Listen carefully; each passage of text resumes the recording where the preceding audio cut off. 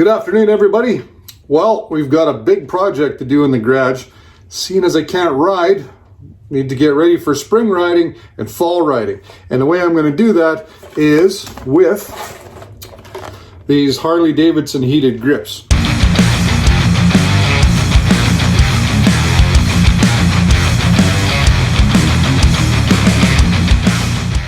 So I know that a lot of us talk about, well, Harley Davidson stuff's so expensive and it's for nothing. Well, when it comes to heated grips, actually, I did a lot of research. OCD, can't just buy stuff without researching it to death. And everything I found is that the off-brands that slide in the bars, etc., just don't cut the mustard. They don't have good heat transfer. So everything else I read and watched said that the Harley Davidson ones are better. And I do have a friend with the set of these, and I went, and they go up to 6 on the dial, and at 3 you can hardly hold on to the hand grip. So that's great heat transfer. And next, I looked at the instructions, and I think that these instructions from Harley Davidson have one purpose and one purpose only, and that's to make you take your bike to the dealer because it's like, oh my God. So I feel that I have enough years under my belt of twist and wrenches and electrical, etc., that I can just take these and go like this and say, screw Harley Davidson's instructions. I'm going to go through it myself. Okay, so after I started this, it occurred to me that, well, how many people are going to put Harley Davidson heated grips on their bikes? Yeah, there's going to be a few, I think, just by the scope of this, unless you are really into working on your bike or you are a mechanic, you're probably going to take this to the dealer. And let me show you why. Looks pretty benign, right, so far, but as you will see, this is a lot of work. So I had to strip off the fuel tank and to get at these wiring boxes so I can run the wires down. So I had to strip the bike down a fair amount. Okay, so we pulled the bag, we pulled off the seat, we pulled off the fuel tank, which had a few hoses and the main wiring harness from the batwing, basically back down to the harness in the bike. So a lot of machine exposed to do this. Okay, and that being said, obviously we had to get the bike down this far and haven't even started on actually putting the heated grips on yet. So next thing to do is we're gonna have to take the batwing off. Now, you know, I probably could fish them through there, but that sounds like a lot of work, and this gives me an opportunity to pull lighting and clean it up and maybe even switch over to LED lighting in my. So once I actually got into the full scope of what goes on here, I thought, you know what, who's going to sit and watch, well, I would have to compress hours of video down into what? You know, people don't want to watch a 20-minute video of you working screws. And so what I decided to do is I'm just going to do little parts and pieces. So most of you, if you're going to tackle stuff like this, you know how to pull off your saddlebags. You know how to pull your seat off. You may or may not know how to pull your fuel tank off. Maybe I'll just highlight that on the way back in. Pretty simple. 2 hoses, 1 wiring harness, and then there's a jumper line in the front that goes around the frame, which is a bit of a pain in the neck because, of course, I had to do this when my fuel tank is full because I filled it full of premium and some stabilizer to put away for the winter here. So that made it a little more challenging, so I made a bit more of a mess. But I pre-made some plugs for that hose end for the line on the bike, the little metal nipple that comes off the tank itself. So anyways, so one thing I'm going to do is I'm just going to show you parts and pieces as we go, more I get taken apart, and we'll spend the real time, I guess, on the actual wiring of the grips themselves, taking the bike apart and putting it back together. Some basics, but you probably know what you're doing anyway. So anyhow, stay tuned, more to follow. Okay, more progress. It doesn't actually take you very long, but if you've never seen what the front end of your bike looks like without your batwing on it, well, that's what it looks like. So a couple of things, real simple. If you have the Ultra Classic and you have the road lights, they go up underneath the sides and they are in the way to take your batwing off, but real simple, one screw right up there and one down would be about right here. And this will just set down, and of course always put something over your fender anyway. So I put that there to set the bar on, plus to bring the batwing down on, because you do have to, as you can see, unplug your light and stuff. It's also a great opportunity to polish some chrome you can't really get at as a rule. I see now I don't have to pull off the inside instrument cluster like on the 14 and newer. I can just get the wires in right down there. So anyways, all that out of the way, not much left of it. Looks like I've had a bad accident. Anyways, now I'm going to get at pulling off the handle grips and the switches and start running wire. Okay, well, we're to a point now where we've got the bar exposed. We've taken off the clutch lever bridge and the mirror assembly. And of course your switch box just hangs on the wires there. We don't need to disturb that. And I'm gonna give you a little tip right now. I took a really, really fine Sharpie and I made just the thinnest little black line here. It's important to know where everything was for it to work exactly the way it did before. Was it critical? No. Can you adjust your clutch? Yes. But it was all your rider comfort and the positions that you're used to being in. So just a tip, if you're going to do something like this, you do anything, you're on an adjustability issue, make sure you make a little mark. And incidentally, while I'm in here, I did find an issue, and that is this this plug right here that goes onto this, well, I call it the cigarette lighter, but your 12 volt supply on the other side of the fairing here, right up in here. So I've never used that. I've never had to charge anything while I'm on my bike, and it was melted. So this was all melted and burnt, so somebody overloaded this, whoever had the bike before me.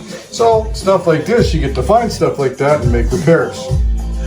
Okay, so if you have an 07 like mine, you're still not fly-by-wire, you have cables. So to get the cables off and the grip off, well, you don't take the cables off, is you got to loosen the jam nut all the way on, so on your actual throttle cable and your spring return. So once you back those right off, that'll give you some slack in your cables here. I took the little ball holders off the end, and they'll slide right out of your grip. Another thing is you might not want to take your brake lever right off, just because you've got your brake line and you don't want to bend that, right? So just take the bottom one out, back this one way off so it is just sitting up there, but it keeps the brake line in the right position where it should be without bending it. And you also have to be mindful, this activates your brake light switch, so it's actually in when the brake light's off, and when you pull the lever, it lets the switch come out. So you have to be careful. What I did is just, I stuck a little piece of screwdriver in the end here, a piece of steel that I had in the end here, and it holds it off so that when you take it off, you don't actually snap this delicate little brake light switch off that you couldn't see anyway. But anyways, you get the idea. So now we'll clean this up really good, and so it of course has to slide back and forth on here, so we'll clean and lubricate, and nice no edges in here, and we'll get ready to run the wires through the bars. Okay, quick overview on the kit. So the left side grip has the control for the heat, and that's the one. It also has, so you remove that little gray ring right here so it slides over the bar. This is the piece that will connect to the wire you're going to run through the bar from the right hand side, and the wiring couldn't be easier.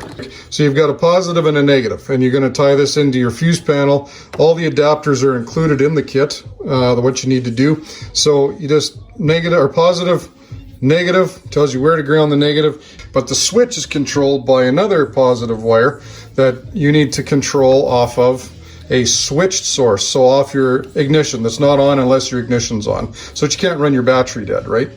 Okay, so we're at the point now we need to run the wires through, and I had to do something kind of weird. So you're like, what's that hanging out there? This is plastic air line from the airbags that I put on my dually. And the reason that I ran plastic line through there is because I had no luck with either just, I had both stainless steel wire. I tried that. I tried a coat hanger, and I couldn't get around some corner in here. And I know there's no wiring in the bars on an 07, so it was just a crimp spot or something, and didn't like it. So this slid through quite nicely. So now we tape the wire onto the end and suck it back through, and then we can install that grip. All right, as you can see, I've got this wire taped onto the hose, the grip, and we are ready to start sucking this through. So we'll try to keep some alignment. You want to be careful. I use lots of tape because I really don't want to tear the end of this wire off, and I don't want to knock my camera down.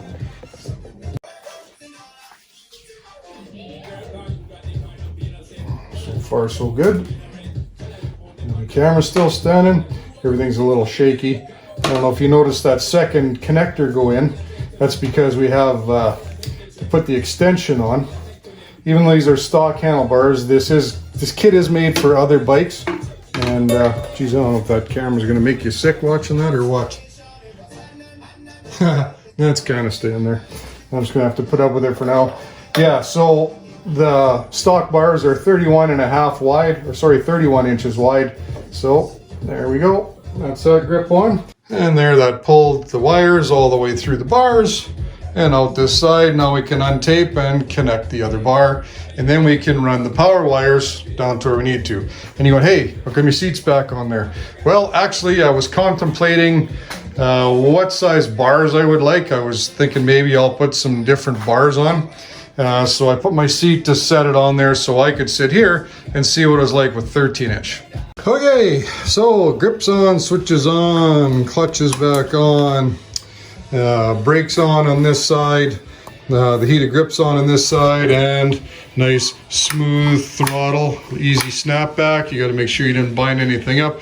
I'm not going to pretend for a second that I enjoyed doing that on the throttle side. They're hooking up those two little cable stops with their little grommets.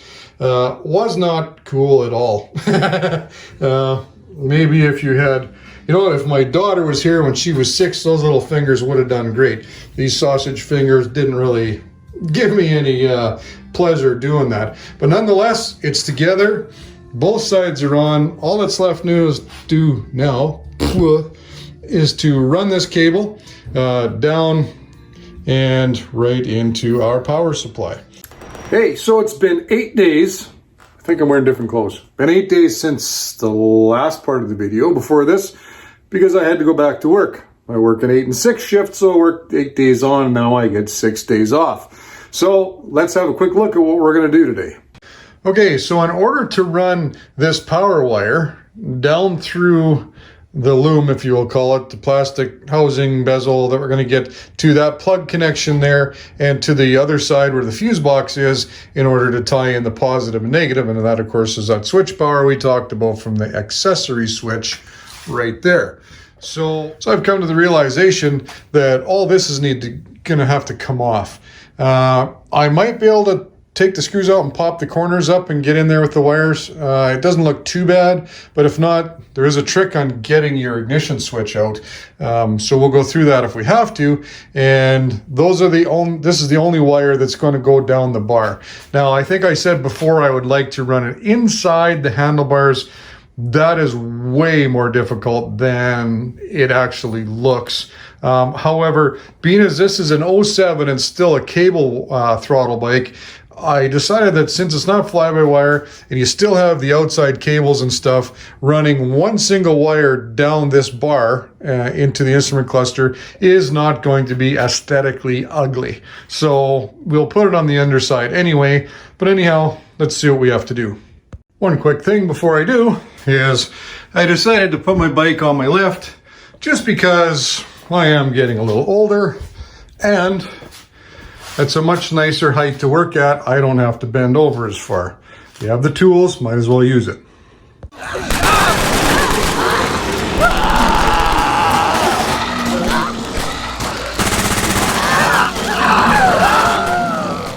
All right, so some of you might find this funny. I did not.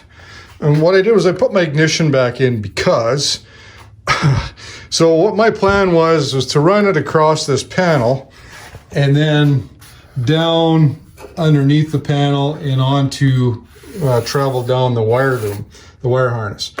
And what I didn't think about was how to get the kink right so that when you're turning, you want to make sure that you're not binding any of your wires in here because they have to go in this loom out of your fairing.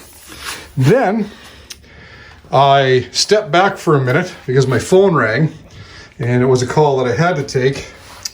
I pulled all that wiring back out and not even thinking that my batwing is off. All I did was come straight in, follow the handlebar, like I always plan to, like you have to, right? Goes down your handlebar. And instead of worrying about the kink, bring it up across and connect it to the wiring and follow it back down. Now it follows the motion of all the rest of the wiring harnesses on the bike. So needless to say, I had a level 7 tantrum, went in the house, had a glass of water, and now I'll come back and do it all again. All right, now that the level 7 tantrum is over, I used white zip ties because the black ones are in short supply and no one can see under here anyway. So follow the handlebar up, come across here. It goes with these wires. I didn't want to attach it to the actual antenna for the radio. And I have heard that they can cause interference if you do. So I just went around on the inside and connected it to the main harness. So now you can see full range of motion, doesn't pull on the wiring at all. And back in the harness for the third time, in with the wiring harness. I got really good at taking this apart. It is stubborn. These little clips are strong. So, and then you have an absolute ton of wiring left. It only needs to go right there to the fuse box. So they give you more than enough to run it properly. So, which I have done now, and I can again be happy and smash out some tunes and finish this off. Now we're on to what I consider the fun stuff. I like doing electrical. So this is just a handy little tool that I picked up somewhere really cheap.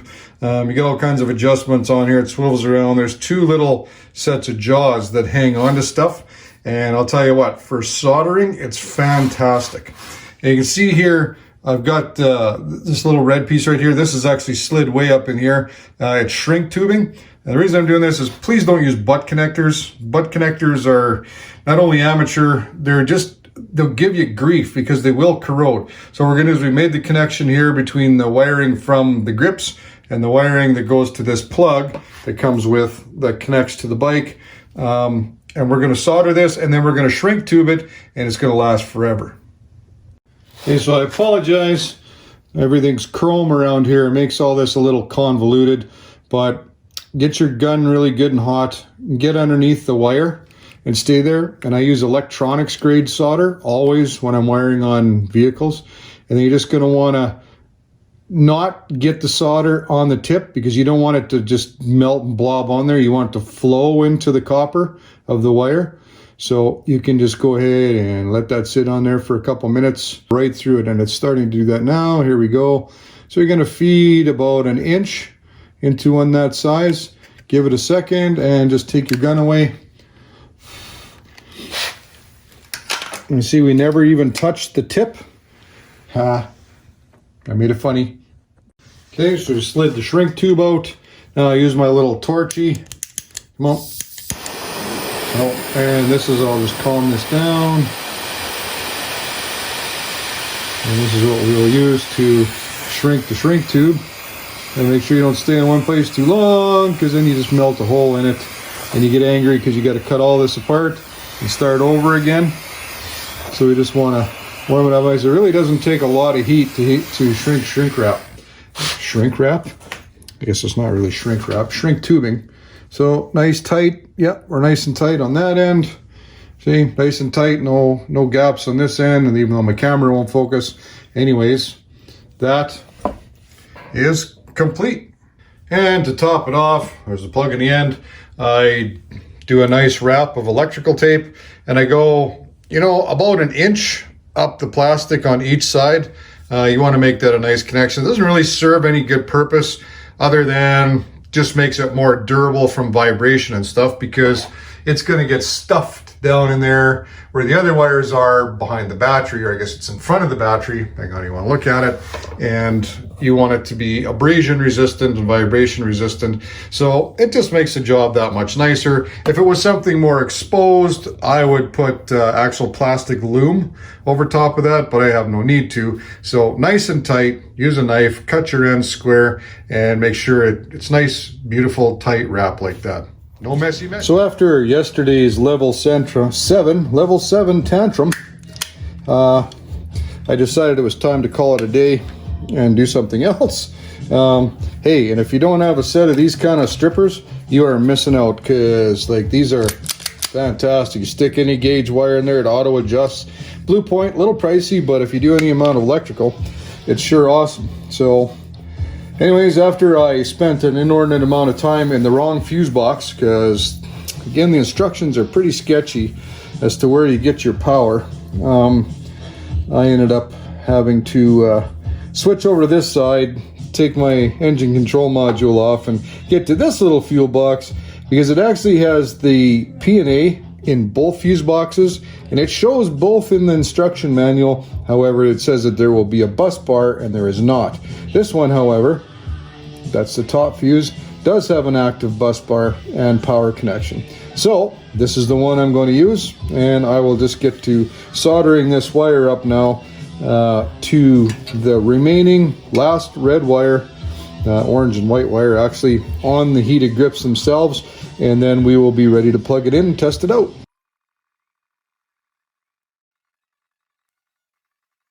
And before I forget, this is only a 2 amp fuse that goes in here, so here's a better shot of what we did. But you can see this shiny black one, that's the one we put in, and the clip goes in here. This is already an accessory ignition wire. Only comes on with the ignition, so we plug our in there and put our 2 amp fuse in there, which is provided in the kit, as are these little ring joints for your ground and stuff. Alrighty, now that we've got the computer back on, we've tied up the wires, we've got them all soldered and shrink wrapped, and tied up some other wires. The Harley likes to leave stuff laying around, so I'm not a big fan of that. So I'll clean it up a little better. All done on this side. Now let's put the ground on. All right, so if we come down from the front of the bike, and if we look right in there, you'll see that Harley is kind enough to provide us with a ground lug. So let's attach to that. And again, just because I'm a fussy prick, I used black shrink tube. Let me get this to focus. There we go. Went all the way up to the metal, so everything is shrink wrapped and sealed, even the ground, because even grounds can give you grief. Okay, a bit of a pro tip. Before I stick the nut back on there, you'll see on this one right here, that's the ground wire that we're using, and this is the factory bike wire, and you'll notice I put it underneath the factory ground wire, and that's because when you twist that nut on, what does it want to do? It wants to twist, so why take a really small gauge wire and put it on top and have it twist around and give you grief and possibly break? Plus, as you can see, the factory wires have the teeth on them that help the nut stay on. All right, well, that's been a lot of work. And now let's just take a quick break, and just like that, basically you got a bike again. Oh, look at that. Sure nice to see that back together. It does get a little distressing when you have that much of your bike apart. Anyways, let's see how good these grips are. Raytech, laser. And we'll see what the ambient temperature in here is. We'll shoot these grips. So basically 60 degrees Fahrenheit. So let's turn them on to midway, let's say 3. And there we have it set on 3. And we'll just give that a couple minutes to warm up. Okay, it's been about, oh, here we go. Look at that. In just a few seconds, we're already at 80 degrees-ish. So it's about 80 degrees in the first 30-40 seconds. While I'm waiting, you can see, so my battery's fully charged and it's pulled down to just over 11 volts. These things definitely pull power with the bike not running, so you definitely, good thing it's ignition controlled. So let's see, we're at about 3 minutes here now. Yeah, we're just kissing 100 degrees in about 3 minutes, 101 degrees. That's it. So we seem to have tapered off at about 112 degrees here. moving around lots on the handle grip to see where it's got hot spots or anything. This is my old racing gun. It's been dropped a lot of times, so it's a little delicate. But yeah, 111, 112 degrees. Seems to have leveled off there at 3. So I'll tell you what. Oh man, that is wonderful. I can't wait to try this out in some cold weather. Well, it looks like the old infrared gun finally bought it. So I didn't get to take the temperature, but so it's been a couple of minutes. Oops, sorry about that, on my highest setting, and I'll tell you what, that's really warm. That's almost too warm, you know, with bare hands. So my guess is that these are going to be well warm enough for any riding we can do up here before the snow flies. So that's it for me for, well, today and the last 2 weeks. I, between work and stuff, just pick away at it, but the bike's basically back together. I've left apart what I need to have apart yet, because I've got some other stuff coming from a great company down in the States. If it ever gets here. Mail is not the quickest these days. And I left my saddlebags off because I still have to do brakes, and I might do my clutch. I haven't decided. I don't have problems with it, but there's quite a bit of miles on it. So looking at some different clutches available. So might do that. Might do my primary tensioner. And I need to do an oil change and the primary and the engine. And I did my transmission in the fall, so I don't need to do that. So anyways, sorry it's a little bit long, but it just the Reader's Digest version of basically what it's like to put heated grips, Harley Davidson heated grips, on your Harley Davidson Ultra Classic. So it wasn't really meant to be a how-to. It's pretty complicated, and the video would be really long. And I don't mean complicated and that's above most people. It's certainly not, but the instructions on Harley Davidson don't make it easy for you, just so that you'll probably take it to the dealer. But there wasn't a chance that I was going to pay $500 to have the dealers do what I can do. So anyways, thanks for watching. Take care. Enjoy my COVID hair, because we can't get a haircut up here right now. I'll see you next time.